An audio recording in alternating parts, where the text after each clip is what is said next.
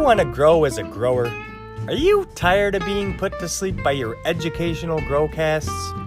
Are you tired of hearing about products you don't fucking want and can't afford?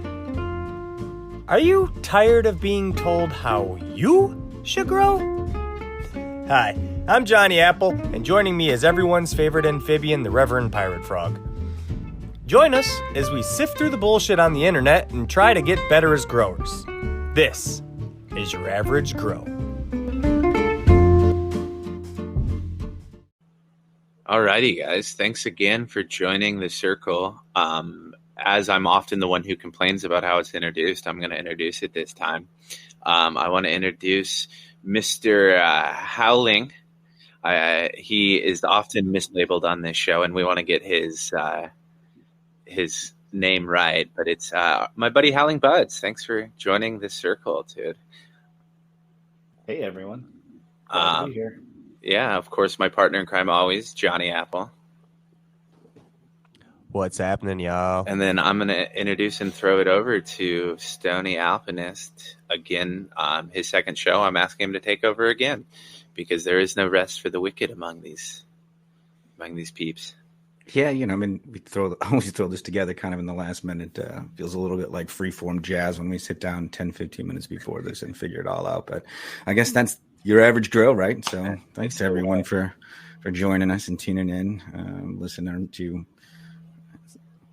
us sit around and talk about the things we dig. So it's been a few weeks. I know we were kind of talking through some of the gardens coming up. We had what some folks kind of call holiday of the season in the past few days. So might touch base a little bit around there, but I want to get into some gardens in a little bit and figure out what everyone's growing. We are sitting right on the edge of spring, and it's a warmer time, man. Yeah, and warm enough. Warm enough indeed. You're a little about the sun and the beach and the beautiful weather and smashing your hands and so, getting hurt like a true genius.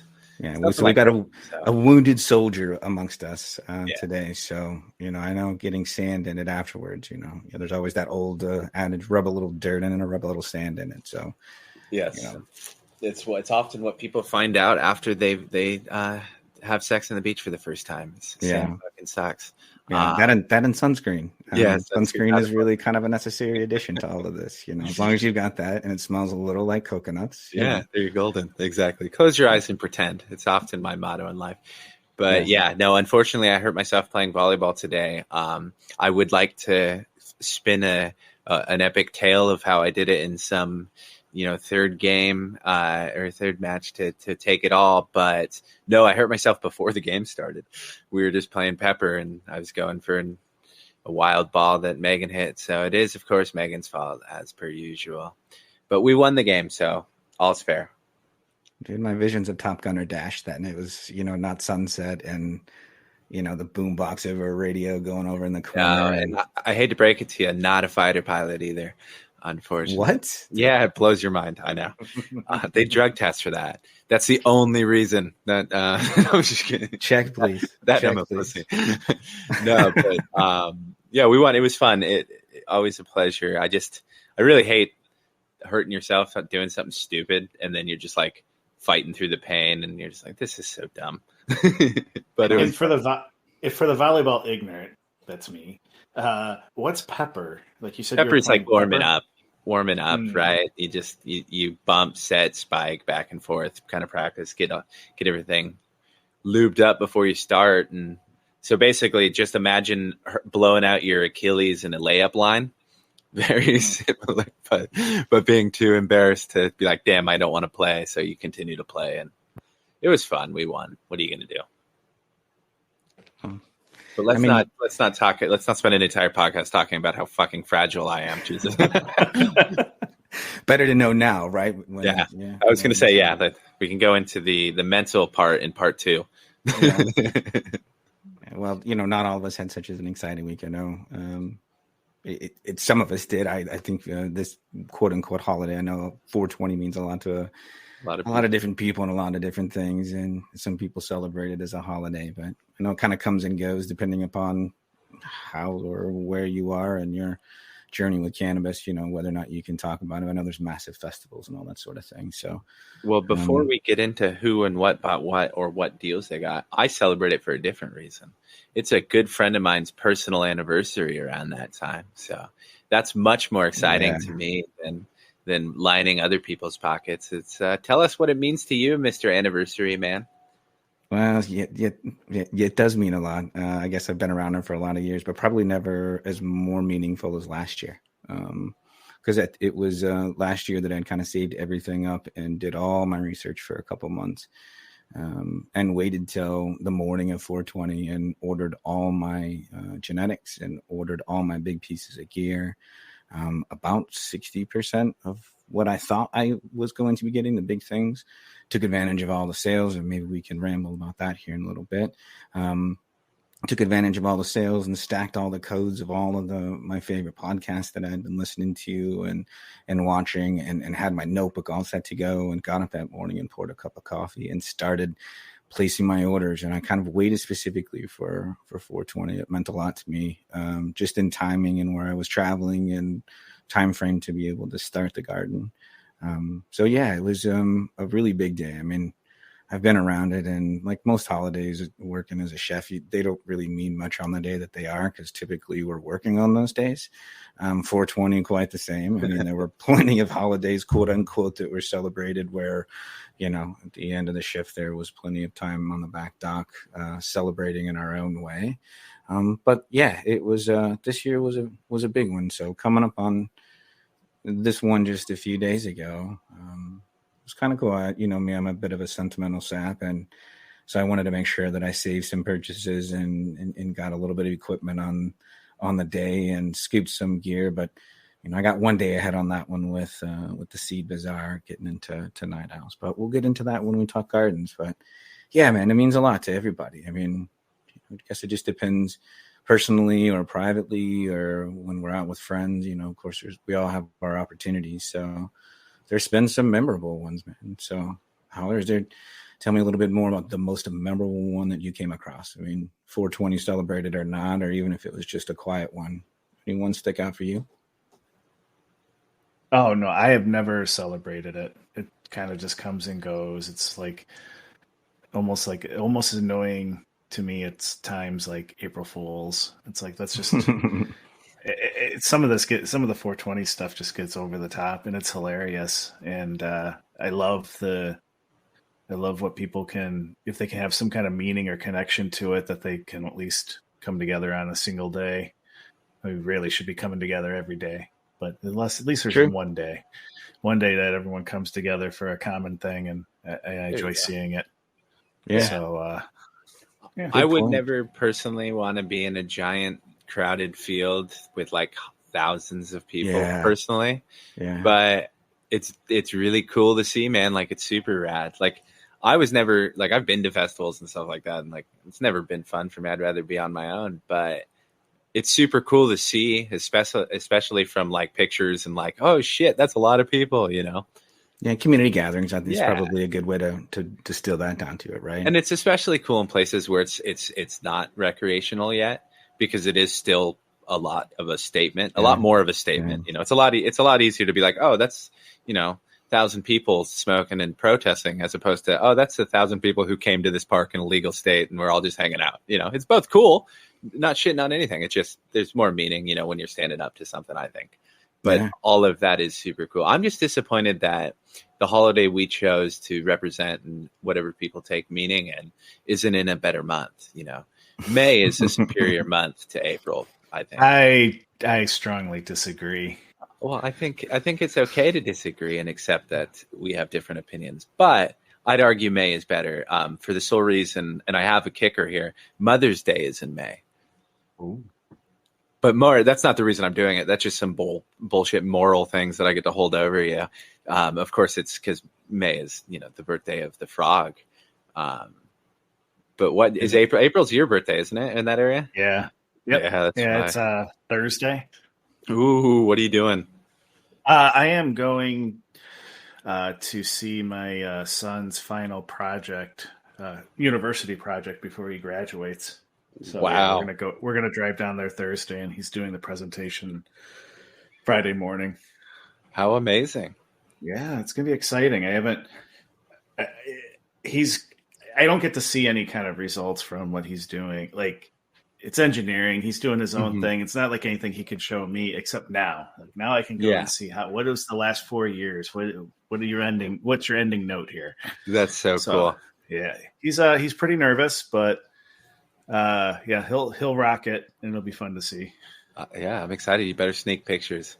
Do you have any particular meal that you eat every birthday or something? Oh yeah, that was the biggest thing. We didn't grow up with a lot of money, and eating out eating out was like when there was like a 5 Big Macs for $2 thing. And exactly. Yeah. That just shows how long ago that was. Did you guys have Wiener Schnitzels? Because Wiener Schnitzel used to have like 39-cent chili dogs on Sundays. So as a family, that's when we'd go eat out because it was 39 cents a chili dog, dude. Yeah, and if we didn't get one of those sales, then it usually was like the one of 3 meals that my mom could cook up before she had to get a nap in before the night shift. And so, anyways, birthday dinner picks were a big thing because it didn't have to be on sale; it could be anything I wanted, and it was always a burrito. Like, I needed a steak burrito. There you go. And it still is. It's my. I need a steak burrito with my German chocolate cake. That's perfect. There you go, man. That can't be more YAG approved right there. Steak burritos, that's solid. Do you get all the fixings, or are you very particular? Oh, I put it all in. Okay, because my dad's a bit of a weirdo in that, where his burrito is always the same: chicken, cheese, rice, no beans, and sour cream. No matter what, it's just got to be that. And I'm like, dude, there's so many different things. But yeah, it's solid, dude. It's a solid birthday one. We circled a little bit around the celebrations, and we all talked about the 420 being the celebratory day, right?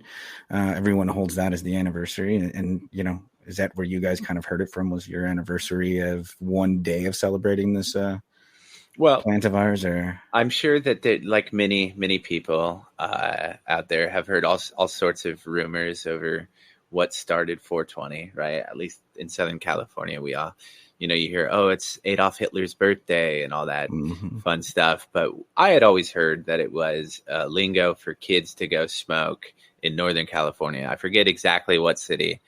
I want to say Redwood City area. I'm not 100% sure. Yeah. But it was, I think 420 was just the time they could meet up to smoke. I think it was as simple as that. I can't remember exactly, but there was all kinds of different rumors growing up. Yeah. Hal, are you do you remember any stories? You ever caught anyone that talked about 420? I've been sitting here trying to remember. Similar. It was more of like a joke. Like, no one ever got serious. Like, was never around anyone that took it seriously and knew what it meant. It was just like, it's 420. That's it. We got to do it. We got to blaze. And it's like, no one could tell me. And there was like one day, and this is my medicinal mind, I can't remember.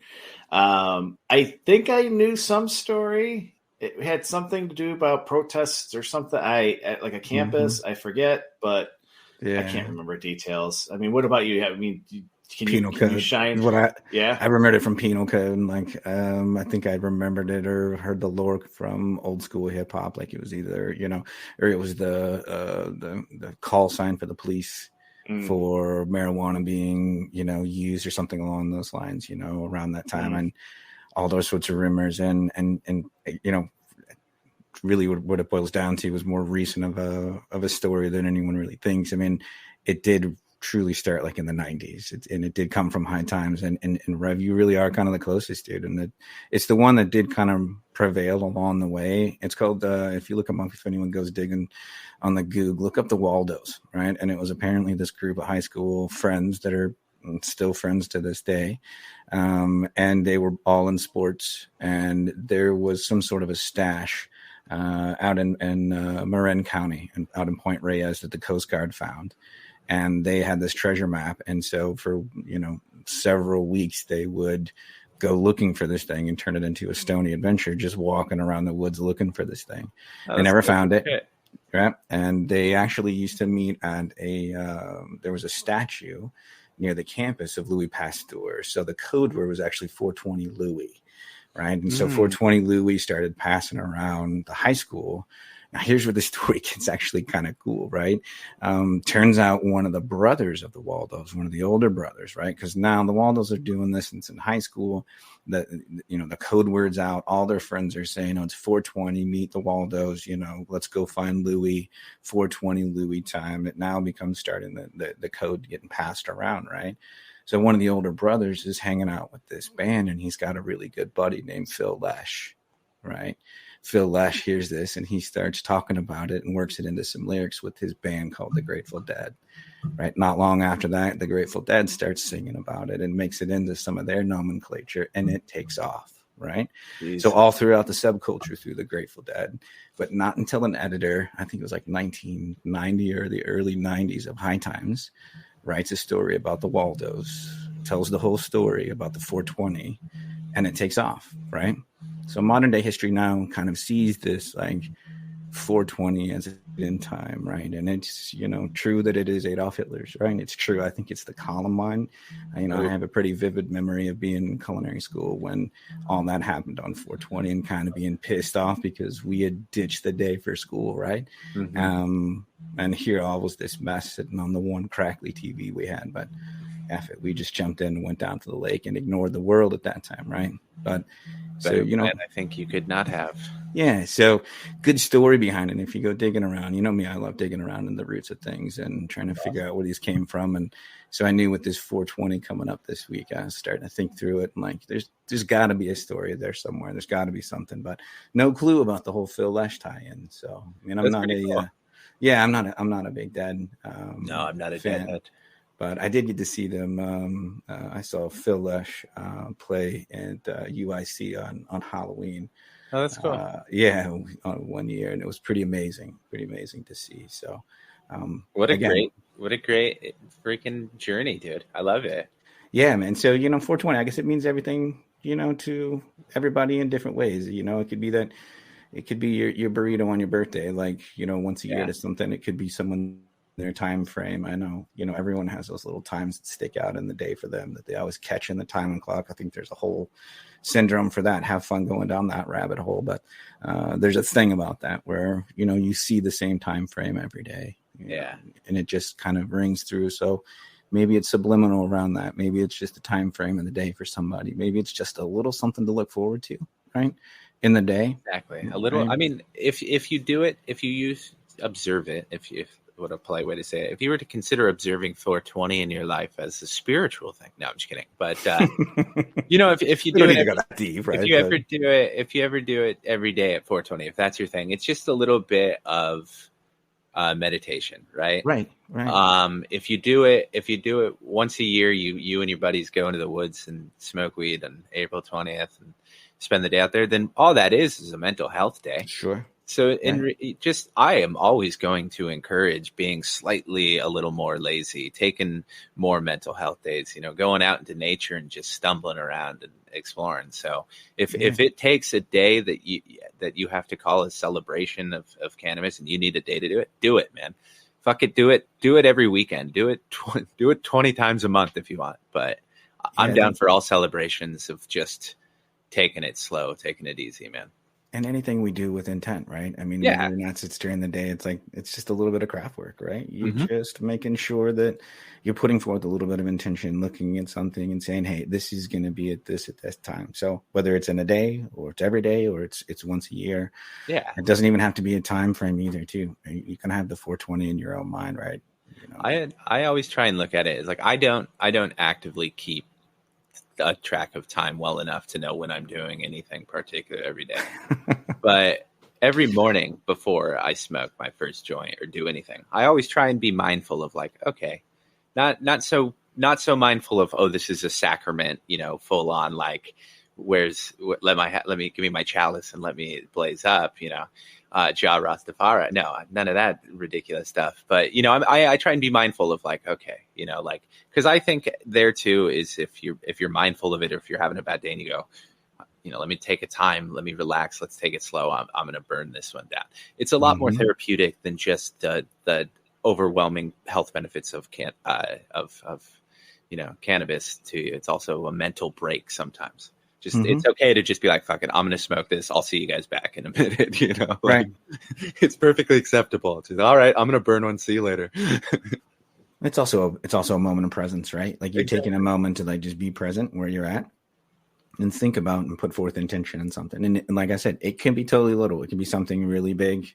But it just gives you a pause, and I think, like you said, when I planted my first seeds, it was borderline ceremonial, right? I had the tunes rolling and, put forth that really good intention. I laid everything out and actually waited a day, because the day I was going to do it, I just had been a really stressed out day. And even before I had found this sort of connection I have in the last year and understanding, a deeper way with connecting with my plans, I just knew right then I wasn't in the right mood I didn't want to rush it. Like I wanted to take the time to enjoy it. And, I just took seeds in this week for the upcoming double grape grow along, and kind of the same thing. I was ready to do it one day and felt like, I just need to, it's not the right time. I just got to give it another day. And so, popping seeds in, I know we've all been, so maybe we can kind of swing there with our gardens and touch base with that with the beginning of planting our seeds, right?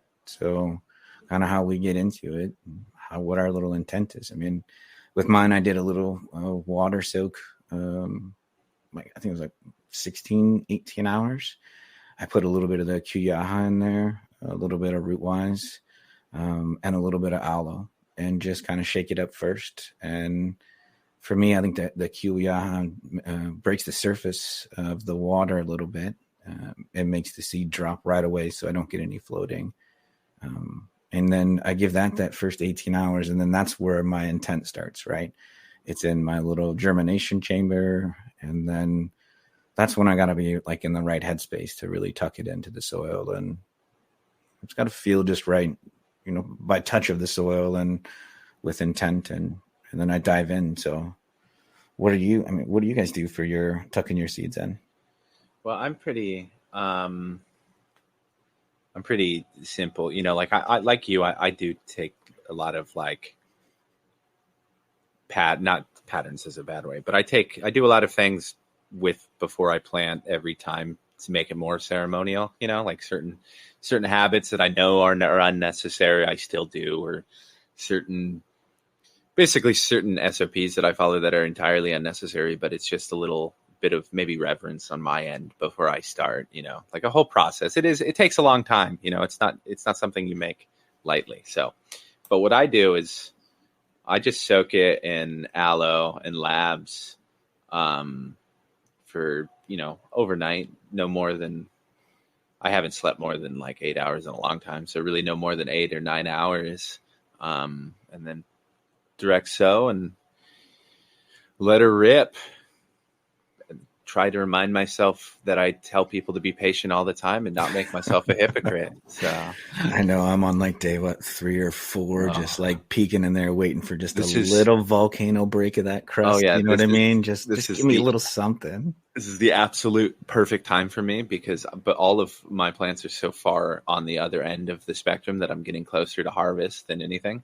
So it's a perfect example of, I can look at both you and our buddy Miss Howling over there and go, be patient, dude, because I don't have to worry about it. My plants are going to do the same thing today that they do tomorrow. But when it comes around, man, it's awfully hard to remind yourself, like, man, it's only been 48 hours. What the hell? Like, calm yourself. Calm yourself. Yeah. I popped a ball jar over it. I'm nervous because I've been starting to use this this new heady seed mix, and it's really super fluffy. And it absorbs, and I've got that sort of core that runs all the way down to the bottom of the auto pot. So, it makes me, a little bit more anxious and cautious with the amount of watering, because I think last time I overwatered in the very beginning. So I'm trying to not overcorrect in the same way. But I ended up popping a ball jar over the top of it, just to keep some of the humidity in. But I've learned my lesson a couple times of dampening off and leaving that on for too long, and then I struggled with all the humidity. I know I'm on the minority where I don't use any humidity domes or anything. Yeah. I know Johnny does. I know Howling does. But before we get too far, I wanted to go, Howling, you recently tried the way that I did it for the first time, right? Like you took a little bit of my advice to try these seeds. And I know it didn't work at all because you were complaining to BGG about his weak ass seeds. No, I'm just love you, BGG. But how did you find it? Was it similar? I mean, it wasn't a far cry to what you did to begin with anyway. So it's not game changing, but it's pretty simple, right? Yeah. I mean, it's nice. Like, to not overthink it. I think I was trying to put too much thought into this. Yeah. And then and that caused me to procrastinate. And then by the time I had to get around to it, I had to be rushed and just intense out the window chaos reigns. And I don't think that works out so well. And so like this time I followed your advice, and like the key thing I think is acclimating the soil like 2 days beforehand. And it makes total sense. Like, even though like I wet it the same day and it looks wet, like there's all these little pockets in there that just the moisture just hasn't gotten to yet. The microbes haven't woken up. Like the whole ecosystem just not there yet, and then you want to drop some life into it and expect something to come up. It just seems silly that I wasn't doing it the before. Same temperature. Yeah, there's all kinds. No. You know what? It does suck. Is there is nothing that kills your excitement faster than hurrying up, getting everything ready, spraying everything down, setting your tent up. All right, in 48 hours, I'll get back and plant the seed. Like it is, it is really difficult. It is, especially for a new grower. It is almost damn near impossible. Like I tell people all the time, like, okay, we'll do this and then I'll be back in 48 hours. And I'd lie to say if I tell people all the time I'll be back in 48 hours. That's not what I meant. But you know what I mean? Like you'll be talking like, okay, in 48 hours now you plant. And they're like, 48 hours? Can I do it now? I'm like, yes. I mean, you theoretically can. You'll have no issue. None of this, this is all preference. But I've found so much easier through my experience to acclimate your soil for at least 48 hours. It just, everything is simpler. I've found there's less questions as to what went wrong. Right. And I say this a lot, and I'm going to reiterate when I say something as in like, I truly mean if I can find a way to mess it up, I have, and I will. It's just the way it is. Right. Like I do everything quickly or unceremoniously or in no way coordinated. So if it can go wrong, it will. And that's why I like to keep things. That's why I don't transplant, because you'll be like, oh, it's so easy, I can do it. Like, yes, it is. I understand in principle, but I'll be the guy that goes to take the outer cup off and my left hand twitches and I throw the clone or I throw the part I'm trying to transplant across the fucking garage. It's just, I cannot have any variables because inevitably I'll fuck up. So I gotta say, like, I think starting off this way, I'm like I said, I'm terrible but intent, and chaos wins almost always, and I'm rushed. But like this time, I followed your advice and kind of just, I wouldn't say meditative, but it just kind of sets the pace right from the start. Like you're gonna get this ready. You're gonna wait for when it's right. You're gonna just slow the hell down just a little bit, let life happen, and even planting the seeds, I'm usually trying to do it in between other things. And it's like seeds in, I toss it in the seedling tin. I'm walking away, usually, running away. But like this time I sat down, I put my crystals in the pots. I just sat there for a second. I didn't even rush to put the seed in. I just sat. And so I think I'm hopeful, although Double Smiles looks like it's trying to off itself, but I'm still hopeful that everything is going to go well. And so far, so good. Well, I mean, you said the 2 days, right? And I think that's for generous for what a lot of people think. A lot of times, people are like, oh, you can just water through it. And even then, I think that they do kind of not the best watering practice the first time. And you already start off exactly what you said with dry pockets, right? Yeah. But even more so in organics, like I know you said 2 days, and you say, I know people give you kind of the wink and the look. I don't really say much to anything, but I keep mine in the tent for about a week and a half. And I typically will do a really good water for about a week and a half. Like before they even go in there, they'll get watered down. and I'll usually throw in some microbes, and I'll just make a little potion and add it to it, right? And get it alive, get the enzymes going, and get some new, like the photosynthesis plus will go into it. The SLF 100 goes into it. And then I actually just kind of water it maybe every 3-4 days lightly, just to keep it alive and barely damp, because there's nothing really pulling it out except for the air, right? And there's enough humidity going on in the room. It takes a while. But if I do that almost like a week and a half in advance, and then go into a little bit of a dry back, but never let it get fully dry, right? It may look a little dry on the surface, but below, like just, almost one fingernail below, I'm already beginning to feel moisture, because that's the life, right? That's all that mycorrhiza that we've put into there that's starting to come alive and starting to kind of reach out its little spider webs of hyphae. That's what's making the communication happen in organic soil. To your point, Howler, like if you do organics like we do, and I know it's very different when we're going into medium with a bunch of cocoa, if not total cocoa and other nutrients where you're kind of building the cycle. But if anything, in an organic style pot, like give it time for that battery to get warmed up and get moving, right? And get energy going. And start giving things for the plant, even though it's young, because I think there's a real advantage to making sure that there's not too much moisture in the pot, especially around the area of the seedling. And it just gets it kind of top sprayed. But I think it's still important to have like your soil be alive for a little while ahead of time. I may be a little long on the week and a half, 2-3 days for some, but if you think about it and really see what bacteria and all those things do, and spores start to come alive, they do their magic in about a week or so. Yeah. And I mean, of course, like you were saying, if you're doing, TWC and stuff like that, I'm sure having your environment dialed in before is great and everything. But with living soil and when you're doing organics, it is nice to kind of get everything preset. But even temperature too. Yeah, right? The temperature and humidity, everything, just to get it. But one of the other benefits that I like of it a lot too is when you get the right percentage of moisture in there and you preset it everything, you don't have to water for like 10, 12, 13, sometimes 15 days, other than just literally sometimes the only time I'll miss the top is because Howling will get all upset at me that it looks like a desert. And I'm like, okay, because I do want to show that you want to keep the biology of the soil alive, and you want to keep all your microbes alive and stuff like that, of course. But a lot, it is like we always say, it is far too many people overwater as opposed to underwater. Yeah. It is just, and it is a product of doing nothing but loving your plant. And that's acceptable, So it's just, once you get less of a steady hand, you would be surprised, I think, anyone who's listening who hasn't grown a plant, how little work it takes to get a plant to the end. Yeah. Now, that's not saying that you're going to have the most successful, grow, but just it's a weed. So, and it will grow. It may not, to your point, it may not look amazing. It may not be as frost covered as some of the photos that you see in our Discord or on Instagram or anywhere.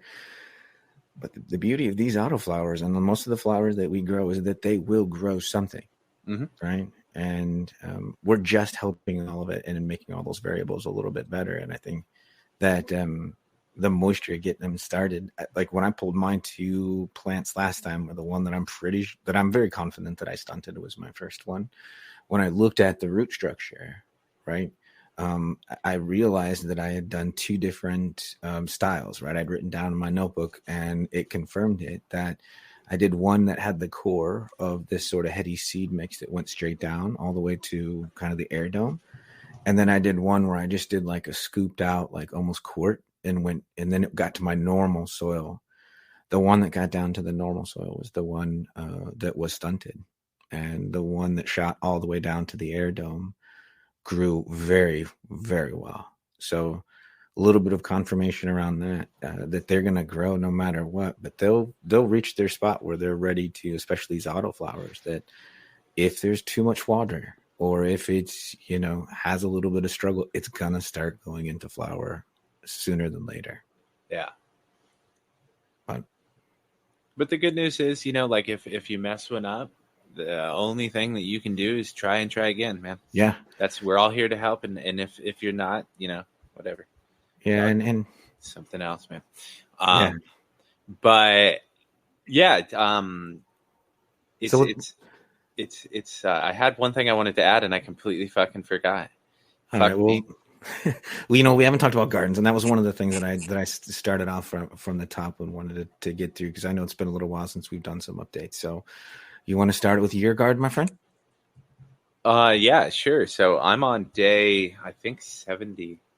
Hold on, I'll tell you right now. I should have had this information presented. Well, I did put you quite on the spot. No, 74. I'm on day 74 and day 70. Repeat on and I'll go. So day 74 is my Juicy Al Haloro by Alebrije, the king of the beanstalks himself.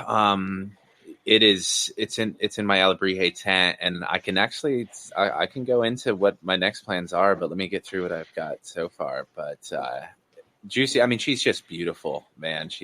I love the way that she grew. She's sharing a tent with all those solo cup grows from Mellow Merch, his Cabinado mix #2 by Star Fox. It's I'm surprised, but they're on day 70, man. I got all those solo cups to day 70 still alive. I did the one bonsai that they look gorgeous, dude. I mean, thank you. I appreciate it. It was fun to learn some new techniques and try some things.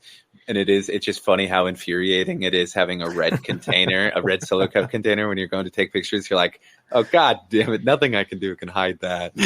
A giant, tall.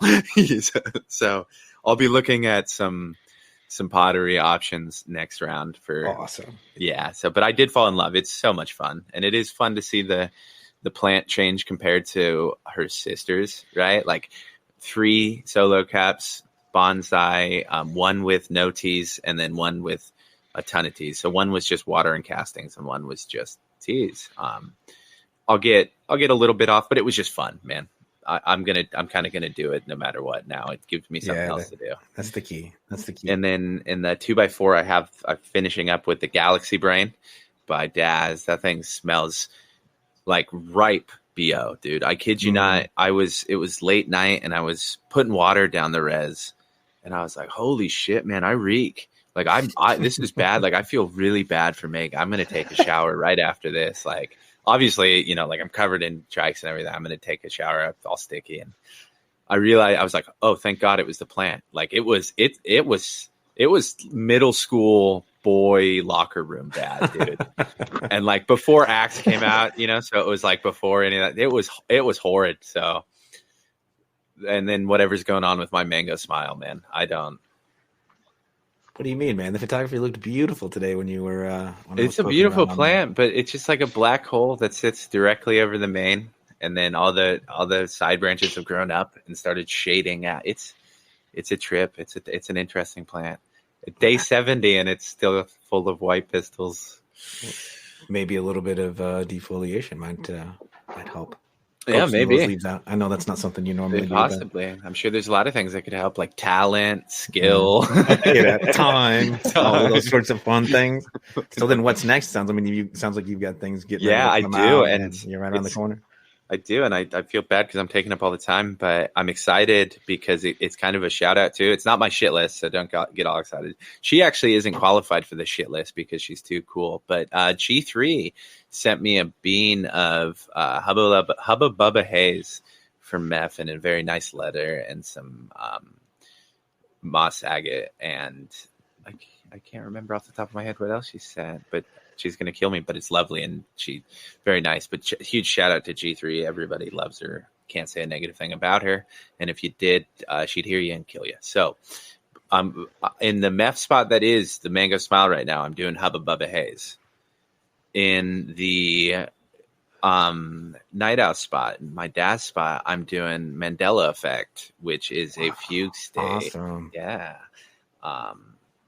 And in the Alebrije tent, I am doing the Bubblegum Queen, or the Juicy Quain, or however, what endo's growing right now. Oh, nice. Yeah, I don't like saying it because my honky ass always stumbles through the Quain. But Yeah, I'm going all hazes for the Summer of Haze. More info will be coming shortly. But also, I've got some really cool Odinson stuff that I'm putting into. Rad. I've got a whole kinds of experiments with how I'm drying my solo cuffs, but I'm switching those out, doing Odinson and one of the goddamn double grape crosses. I can't remember which one it is, but I'm waiting on nature to hurry up so I can catch up and finish all my obligations so many people can stop yelling at me all the time. Oh, woe is me. What about you, Howling? What do you got in your tent right now? You're ever rotating.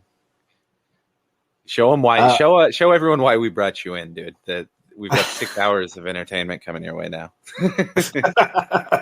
It's spring and things are popping up, so it's been pretty amazing how the timing of this. And in the 3x3, I have Odin's Sons for the grow along.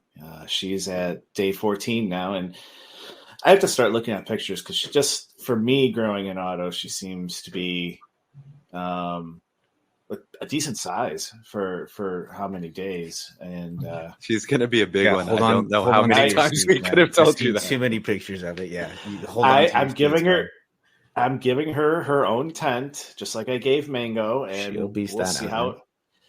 I'm hoping. I heard that she just loves death metal and bondage, and well, she'll get it. That's why she has the biker personality. There you go.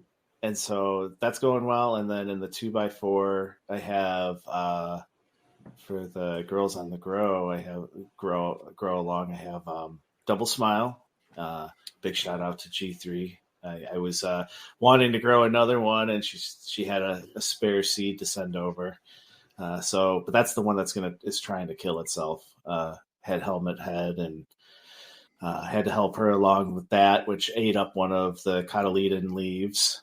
So she's trying, but she has if in her true genetic lineage, she's a fighter. She's gonna teach me a lesson or two, so that'll be exciting. And then I got Pinot Noir running alongside her. The 4x4 photo tent is, I think I'm putting the axe in tomorrow. It's official. There's a reason. Yeah, I mean, it's getting really close no matter what, and I don't know how much more a couple days is going to matter. But the main reason why I'm doing it is I need to cycle out that tent and get. I'm running joints, Blueberry OJ and Blueberry BX2 that are in my 2x2 seedling tent. They're bushing out. They need room. I need to give them some place to stretch their legs. So that means the 4x4 has to be reset. But they're all really super, super duper close. And I love the pink and purplish hues that are coming out of the Shangri-La. And it's funny. It's only one branch that's doing this, but I'll take it. It's beautiful. I've never had a fade like that yet. So it's enjoyable. In 2 years, you'll look back and think the whole plan did it. You won't give a shit. Just take the pictures. Hell yeah. Yep, I won't remember. Yep, the whole plan. It was all of these. It was all of it. Yep. It's like those fish stories, dude. Every time you have your drunk uncle tell you a fish story, you're like, God damn, that's bigger than your boat. You just gave me an idea. It's like I like to try to take some ending photos as I chop, just to pay tribute to her. And the old fishing trick where you have to hold the fish out real far away from your face, and it get just the perception, it makes it look bigger. So I'll have to do that. I'll have to pull off a branch and just do that and see how big the nugs get. That's funny. I was going to say, I do not recommend taking a picture every single day if your intention is to lie to yourself later. It doesn't work. No, I swear that thing was, out. Oh no. Yeah, I'm trying it out. I'm doing daily shots of all my tents now. And because it was this last grow, I was trying to compare to previous grows, and I never had the same days to really match it up. And so much can change in 2 days. So yeah, I'm just doing the daily thing now. But yeah, that's my grow setup. Yeah. Yeah. Maybe I need another tent. That I could describe what was going on way too quick. Yeah, I think that's definitely something that I would recommend as your attorney, that you should get another tent. All the more. Yeah, yeah. And we should load up in a car and head straight to Vegas, and you're driving. Just Yes. You're financing the whole thing. So you know. Well, what about you, Johnny? I got the hella jellies going. I know. Those are gorgeous, man. I was going to say, did you see that picture I've seen, dude, from you? Beautiful at this stage. It looked like a goddamn intro photography of like, this is how you grow cannabis in a fucking bed. Mm-hmm. It disgusted me how amazing it was. Symmetric. Dude, a lot of that is how stable those genetics look. I mean, the plants look relatively close. They all look the same. Like exactly. There's a couple that are a little bit shorter, but I mean, wow. The leaf structure on every single one of them is identical to one another. It's like, holy cow, that's pretty cool to see. And that's 9 different seeds. Yeah, so crazy. It's not. They're not like cuts or nothing. You could have I would have believed that they were all, if not the same clone, a similar plant. Like it's fucking amazing. It's a great shot. Yeah, and it's in the 3x3 that is not the build a soil. That's just the leftover Coast of Maine stuff that I had in my 15-gallon pots that I transitioned over, or the 20-gallon pots that I ran the autos in the one time. So I just re-amended that. So this is the bed that we ran the soil test on. Fuck yeah! So it's a pretty fresh bed then. I mean, this is for yeah. Well, it ran the F1s, the Tangy Timbuktuana F1s. Yeah, it ran those one time. And then we were just wondering what was going on in that bed. So because I had just amended it based on a whim, I grabbed some stuff from Build a Soil and threw it in there willy-nilly. And when we got the soil test back, it was the wrong test, but it showed that there was definitely salts available, way available. So it was just like, well, just start running plants. That's all. The only thing I could really do is start running plants, and then we ran the SLF 1000. Mm-hmm. I've been using that in there too. So, and the plants just look great. I haven't done anything. I haven't grown cover crop, nothing. I did put just something like cocoa and peat bare on top to use as just a brown layer to kind of help build that first layer of top dress. And yeah, so it's amazing now that I've seen all these autoflowers, because I always pull apart when I go to dump out the soil, I pull the root out and really try and take a look at it and see how it grows. Right, it helps me to understand as I think about it for the next round.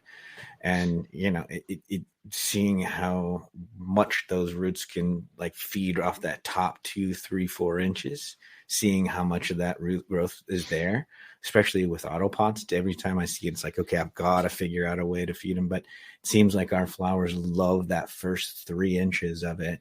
And then otherwise it shoots a little carrot straight down for the big drank, right? Mm-hmm. So it just every time I pull one of them up, it makes me think how important that top 3, 4 inches of our soil is. So to your point, brother, I mean, you've ran it through it. You've been pulling nutrients out. Plants are returning it too. A plant is also putting some back into the soil as well. You've got these big, huge solar panels that's pulling it. So I'm glad to hear that soil's getting into a new spot. But in a true testament to it's easy for us with smaller pots to be like, oh man, I screwed this blend up. Take that recipe, write a little note next to it and say, this sucks, don't ever do it again. Throw it away or just upcycle it into your garden out. But with yours in that bed, man, you took some time to make a real commitment to it. So they look gorgeous, dude. I'm telling you, all around too. So it shows even health through your soil as well. So, and I won't make Rev say hella jelly again. So no way in hell. It's good stuff. I'm excited. It just goes to show how finicky those autos were, because those hella jellies are thriving, man. And this is the time to just lay back and let it ride, dude. This is far that's been your plan, right? So I did notice one thing. I watered last night, and then today when I checked on them when they were first awake, they looked a little bit droopy. Whereas yesterday when they first woke up, they were up and praying and looking really good. So they were a little droopy today after the watering. So I think I'm a day ahead of my watering. So I'm going to wait 5 days this time before I water, and then and adjust from there. I'm just reading the plants this time with this one. They'll tell you, dude. They'll tell you what. The only other cannabis seed I have grown is the double smile. So I know that's looking really good. Is there? Wait a second. Before we continue, are all three of you in the Girls on the Grow along? Yep. Indeed, I am. And I'd hate to be that asshole that wasn't right now. Probably got a pretty sore thumb from sticking it somewhere you just didn't belong. I'm coasting on your guys' coattails, dude. You can. There's always room for Froggy in your guys' rooms. Again, I'll circle back to all of our grow alongs, as we say, and grow togethers. Even if you don't want to compete, you can always throw a bean in there. Amen. You can do another little solo cup, man. I have every intention. There's still time, except for it's my like I said, I'm just trying to cycle the solo tents, but I want to go back to Johnny. Johnny's double smile. Mm-hmm. It's a beaut, dude. So I started it in Costa Maine seed starting soil. It was just a bag I've had from last year starting the garden. And then I was like, I'm just going to put this in a solo cup, try it that way, the double solo cup method. I did see a root hit the side, so I took it out.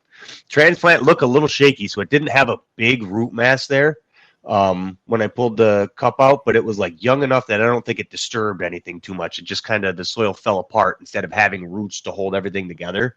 And I just pulled it out because it was kind of young for that.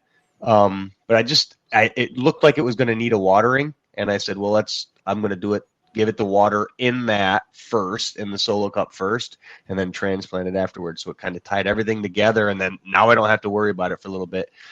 I watered the top of the earth box. I gave that 5% and just letting her ride. Hell yeah.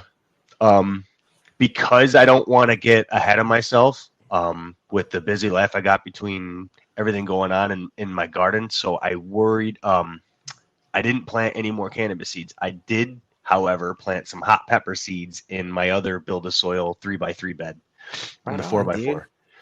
So I got 4 different types of peppers. I just took a handful of pepper seeds and threw them in different quadrants, and I've got 2 different pepper seeds that have already come up. I don't have my notes right now, but I got 2 different styles of peppers in the back quadrant. So the back 2 have at least 4 seeds of each that have come up. So I'm just waiting to see how they all go and how they live, and then I'll call one of them, and I'll have one plant that I'm just going to slowly kind of play around with. Fuck yeah. Yep. Yeah, you're going to have something I don't have to worry about so much and watch as often. Just kind of nail the parameters, and especially like with peppers, if I forget to add some humidity to some water to the humidifier, it's like, they're going to love it. Yeah, they'll take a beating. I was going to ask, does that mean that your hot sauce, you're going to actually make more than just a couple bottles this time? Anticipating, because I do enjoy making some hot sauces. So back to the fermentation station, boys. Go, baby. I want to taste some this time. Maybe this is the year that we need to do a little collaboration, Johnny. Maybe we need a cannabis infused one, buddy. Hell yeah! And so one of the seeds that I had planted in there is shit. It's you can't plant shit, dude. It don't grow. Try. Anyways, my brain's at worms. My brain's farting right now, but damn it. It was just there too. It was literally just there. Anyways, I'll come back to it. So the double smile's looking great. The peppers are starting to come up, and then I got like some metal rack to start my garden seeds in.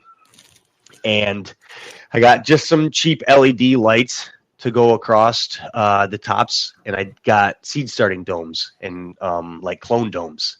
I got what the hell brand was it? Floraflex brand. So I put Floraflex peat cubes in one of the domes, and I put the seed starting soil in the other dome. Well, let me tell you, this seed starting soil has almost all the seeds that have been planted have everything up. That is not the case with the peat cubes. They seem to be a little bit slower. I don't know if it's tighter trying to get out of the peat, like especially the cucumbers. The cucumber seeds, like they're having a hard time kind of opening up because they're a little bit bigger when they're a seedling, pushing that peat. So that is something I did notice, whereas they're all up out of the soil in the soil dome test one. So it was a cool little test to run just to start the garden Pretty off cool, with. yeah. I had enough seeds and they're cheap enough. It was like just a side-by-side comparison, but the garden's up and going. That is one benefit to seeds, like vegetable seeds and stuff like that, is they're so cheap that you can just, like, I do when I plant carrots and stuff, I do everything except for thin. I can just like cast a wide net, and I'm just like, we'll see what happens because they're so cheap. Who gives a shit? And it's just it takes the stress out of like practicing and failing, just like you said, right? Exactly. I mean, and Yep. you also learn a bit from it too. Like, I got to tell you, man, I've known a lot of people that have grown cucumbers, Johnny. You're the first person that I've ever known to grow them in those sorts of cubes, right? So I'm fascinated to see how they grow because I think there's a lesson to be learned from that, right? Oh, yeah. And heck, it's easier to learn from that lesson and say, you know what, I feel more confident now popping into direct seeding into soil. I mean, I think that's one of the things we were talking about at the top of the show here. This, having that comfort level and saying, all right, I know that the soil is going to work out a little bit better just because I use these cheapo cucumbers and peppers too. So yeah, super cool, man. Yeah, man. It's awesome. Yeah, so that was just exciting. But so one thing I get to live vicariously through with you guys as my friends is when you guys have your outdoor summer gardens. I'm just like, oh yeah. Yeah. Yeah, I upcycled a bunch of soil from the last year's worth of growth. It's been sitting cooking off in tubs in the basement, and did a big, huge garage mix the other day with it. And similar thing, I've never played around with cocoa, so I fluffed this bunch up with about, I was like almost like 30-40% just by eyeball. I mean, it was a full. I bet I had 40 gallons of soil in there, quite a bit of soil, and put about 30% of a really fluffy mix into it. And, so far up till now, I've been using rice hulls and perlite for aeration. And it's like, maybe there's really something to this. And to the point back to where I was going from, and it's like, I'm comfortable just watching it grow in my garden outside. So I loaded up all my old cloth pots. So they're all going to sit out on my back patio and front patio this year, full of really delicious amended soil and all my silly little annuals and things that hopefully I can keep away from the damn rabbits and little ground vermin. I can keep them up and away from it. And then into my old pizza oven base that I'm going to turn into a raised bed planter. So, hell yes. You better take pictures of that.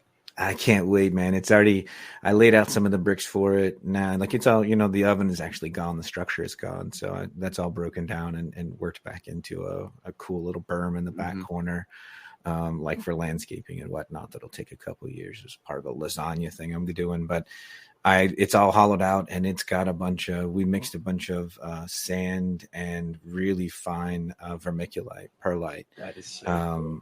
As like a drainage layer. And so I just poked a few holes in the pan. There's a drain pan underneath it that we built out of aluminum and rebar when we laid up the brick structure on it. So it's going to be like almost like 1.5 feet, maybe or so deep.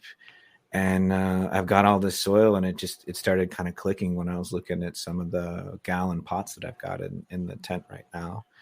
And I was like, I think I could just stick them all in there, and it'll definitely keep those little fucking rabbits out of the way. These things drive me nuts, man. I can't keep anything down low. I don't. So all the stuff that's been going in my garden inside is all going to get shifted out. So I'm excited for that. Excellent. Why don't you end it with us telling us about your what's in your garden? You asked the question, and we never got your answer. Yeah. I guess we'll circle and close it up around that. But yeah, man, lots of exciting thing. And I think it starts with that sort of transitional shift of pulling stuff out. So I know everyone's been watching and seeing some of those beautiful sunflowers and ice plant that I've had growing. The strawberry fields Gomfrina has been like in full bloom, looking like these little tiny berries popping. They're so cool. And I've got some poppies going and some other little things that are taking a little bit longer than I'd anticipated, but they're all going to get moved out. There's a couple of things, I think I was thinking about it this week. We all kind of shift the seasons right outside, and we all look forward to, you probably could hear all the excitement and all of our voices talking about getting outdoors. Right. And we as tent growers, like we realize how many seasons we actually go through, especially in autoflowers. Like I get really lucky because we get to have these seasons change. We get to, like 80 days or somewhere around there, get to have a complete new reset of a tent, new horizons, like how you were talking about all those colors. You've never seen that. Like, we don't have to wait too long. So it is one of the beauties of it. And I think during the gray wintertime, I really needed some color and like life and flowers in my life. And so I tucked every corner that I could possibly find with a table or something and just started putting those flowers in. And for me, that was like as much medicinal as growing my other flowers at the time. I don't get the final benefit that I do from growing autos, but it's time for those to start going to the outdoors, right? I mixed up all that soil, and now it's like just a little bit more of an expansion of my garden, right? So now I can do it outside, but it's just a completely different application of the gardening, right? So in the indoor, because I know I'm going to be spending more time outdoor, I'm focusing more energy around getting more automated, getting more to my autopots. I picked up another autopot tray this week. And then I'll be at a spot where I've got 6 full batteries that I can account to. 5 of them from the autopot and then 1 from my Earthbox Junior. I think I'll always have, always going to have some bonsai going, but the plan is to have them like every 3 weeks or so, be dropping a new set of 2 in. So coming out right now was my old school favorite friend, and we've been seeing pictures of the big giant cola, but a great experiment of side-by-side growth for me. And I thought it was so cool. And again, I also wanted to harvest this week around the same time. It was a pouch that I picked up on 420 of last year of Trop Wiz V2 from Night Owl and from Daz. So that's on day 73, so pretty close to you. But one is in an earth box, somewhat stretched out like in a bonsai format, more kind of the manifold LST kind of trained, but a really cool kind of even canopy out of it. And the other one is stretched like almost 7 feet in the air now, with the 7-8 feet in the air, something like that. And the coal is like maybe 2-3 inches away from the light. So it is just like completely stacked out with frost. It is completely purple stemmed, so it's really taken a beating and a stress. So 2 completely different approaches to the Trop Wiz V2. Not too far away from that, I've got like 5 that I'm stepping into the realm of regs on the tester team for Big Green Guy. So I've got 5 going that are all just about like 7 or 8 days or so. And they're doing pretty well. Of course, 5 completely different stages for that one. In going also with I've got 2 of these going. I've got the Odinsons growing along with everyone else. And those are at day 11 with the Creme de la Comptons. So I've got one of the Odinsons in bonsai that's in kind of a huge ceramic pot I pulled in from from the patio to bring indoor. And then still haven't seen Break the Crust, but we were talking about it at the top of the hour. This one was the Pinot Noir and the Double Grape for the grow along. And then also I've got an Alebrije, and it's the Purple Scoops and Purple Nuggets, I think, cross that he did. Those came with when he sent the pot. So that's the one that's sitting in the Alebrije pot, Lucia. Oh, I'm excited. So I guess all in all, I've got close to like 11 with plans to really keep those regs out. There'll be 1 that I'll keep down from the reg. And so that'll be my first foray. That was my stepping into the next year kind of thing. And then hopefully I can keep control of those Odinsons, because from what I've seen so far, I'm very excited for both of you.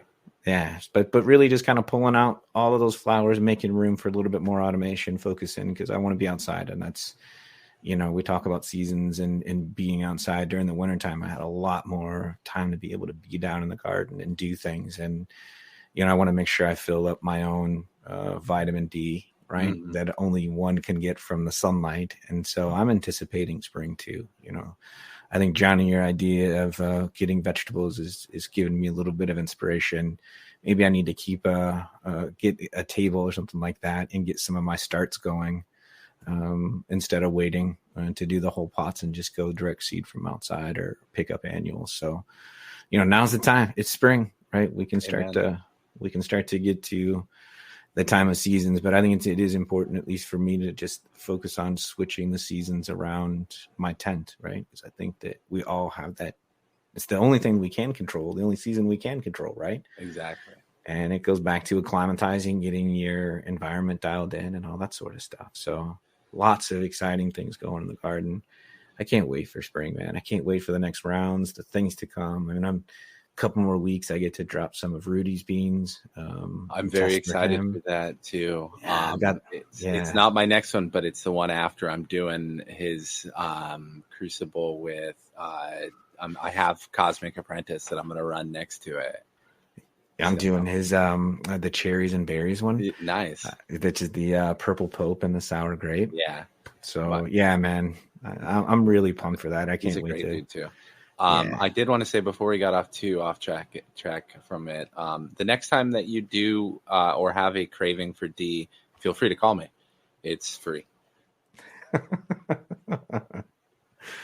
That's right. I stopped the podcast for that cheap of a fucking joke, man. I've been I'm mad. I've been paying this whole time. That's bullshit.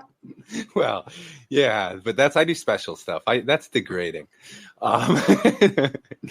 But before we leave, we'll start with Howling. But we've got a shit list. We try and fit everybody in. If we repeat, which I assume we'll repeat a bunch, please forgive us. We had a master list that we were keeping track of everything, and we lost it in true average fashion. So, Howling, who do you have to start your shit list off this week? So it's Northfly Grows. Nice. For a few reasons. Like I think he's a newer member of the YAG community, and he's been around for a couple months.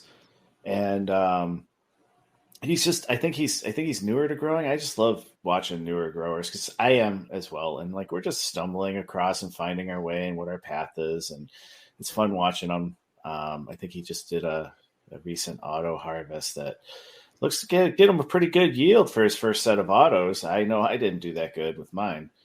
But more importantly, I have to call him out. He's another one that's going in the double grape grow along with us. Ooh. So we're stacking it. We're stacking it. Stacking it in YAG favor, baby. Yeah, we got. If we can't win with skill, we'll win with cunning and cheats. We'll figure out a way. Yeah. So I it's awesome. I think he's doing a double grape cross with something crinkle. I think that just popped up yesterday. So I think we're all getting our grow along plants popping up, and I don't know. Excellent. I'll try to not howling mine, and we'll have a good grow along. So yeah, he's definitely on my shit list.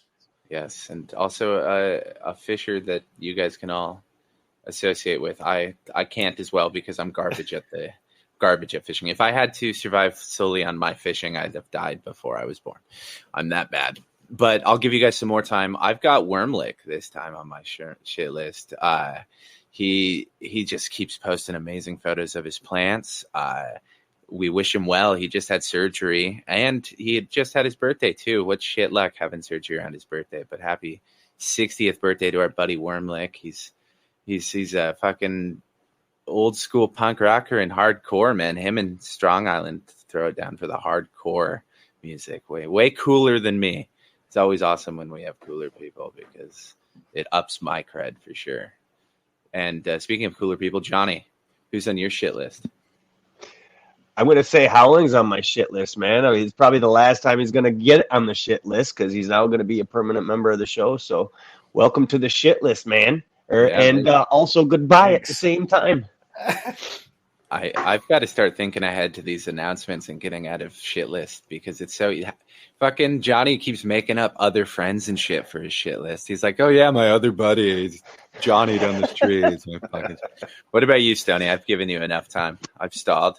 Yeah, no, and there's you know what I think I decided this week I'm gonna break out on my own on this and just be individual in this one, have my own fucking shit list, okay? So because I know we've gotten a lot of people in, and there was some time where I didn't get a chance to honor some of the folks that were around when I wasn't on the show. So I'm gonna create my own. I keep my own little notes here for all the show and all of our set lists and all that stuff. Someday we're all gonna look back kind of fondly on them, but.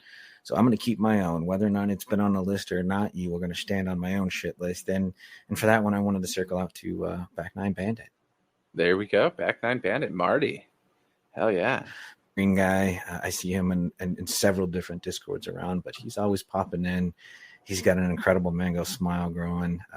And, you know, he's always pretty active within our tester team too, dropping messages in there. It's just a super, super positive person. So always in there with kind words, always in there asking great questions and answering great questions. And I think that's the best part about all of our community. So on my shit list, and then you guys can put it on whatever pile of shit you want to, but on my shit list is Back Nine Bandit this week, my friends. Hell yeah. Still applies to Yag shit list. Good enough for me. That's right. Anybody have anything positive they want to end the week on, or anything they want to plug? Anything upcoming?